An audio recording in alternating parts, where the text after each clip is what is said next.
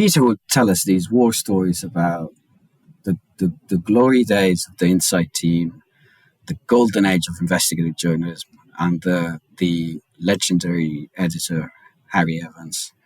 This was the team that had cracked, the Philby case, and had been campaigning for years to get the victims of this pregnancy drug called thalidomide to get compensated by the government, by the state.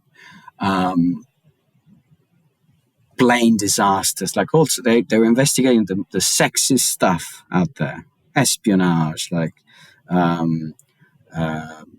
plane crashes, and all sorts of crazy things. And then at the end of this training, Peter would say, I told you about my successes. Now let me tell you about the one time that we failed. And he proceeded to tell us the story about David Holden, who was this guy who was a foreign correspondent at the Sunday Times in the 1970s, who was sent to Cairo to report on a peace conference between Egypt and Israel. Had been on a 10-day swing across the Middle East, traveling through multiple countries. Cairo was to be the last crucial step of his journey, but as soon as he landed in Cairo, he disappeared.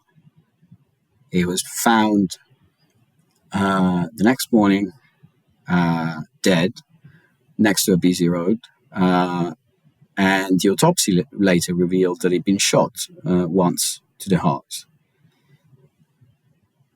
Now, as you can imagine, the shock at the Sunday Times was, as Harry Evans described it, was profound. This was the only guy who's been killed while reporting peace. He wasn't a war correspondent who had been blown up by a mine, like a guy called Nick Tomalin, Sunday Times foreign correspondent, had been killed 3 years before that on the Golan Heights during the war between one of the wars between Egypt and Israel. This guy was just there to cover a peace conference, and somehow he was taken at the airport by someone, driven around in two cars that turned out to be stolen, and then shot. Close range, so much close range that the bullet was still found in his blazer. Oh wow!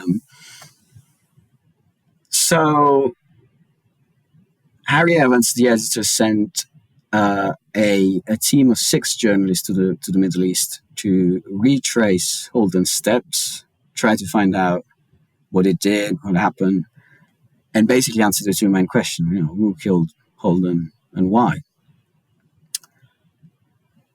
They spent a first week there. They amassed a huge amount of information about Holden's travel plans and the people he met, but gaps and inconsistencies started to appear. They couldn't really figure out what Holden had been doing in at least a couple of afternoons during his trip.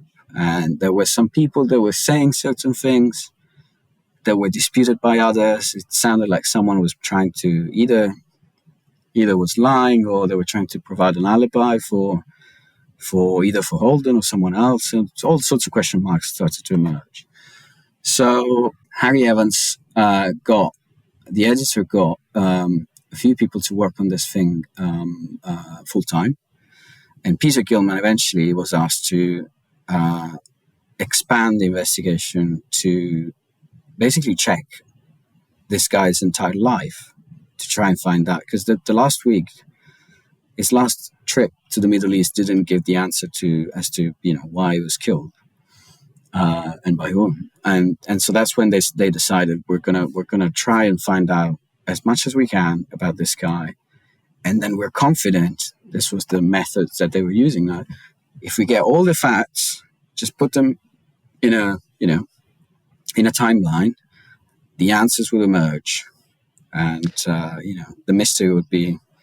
I find it, if I could just interrupt real quick, I find it a little interesting that was the immediate response. I mean, obviously, the immediate response to send people to the Middle East to retrace his last steps. But I feel like at a certain level, you would assume if somebody was abducted off the street in Cairo or taken off the street in Cairo in some way and shot through the heart, that the murderer would likely be in some way related to what he was doing in Cairo or related to Cairo itself, some sort of, criminal gang or something.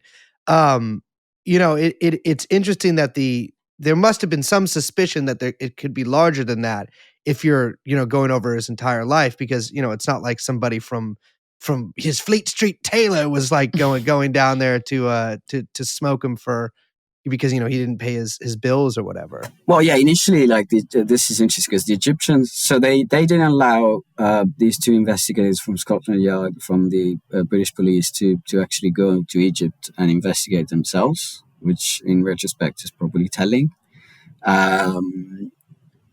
They started saying, it could have been a robbery gone wrong. Maybe it was hitting on a taxi driver. Did you know if this guy was gay or not? Which is a classic thing that that the Egyptians always say when someone gets killed, shot in the back with a 9mm. Maybe he was gay. Are you sure he wasn't gay, this guy?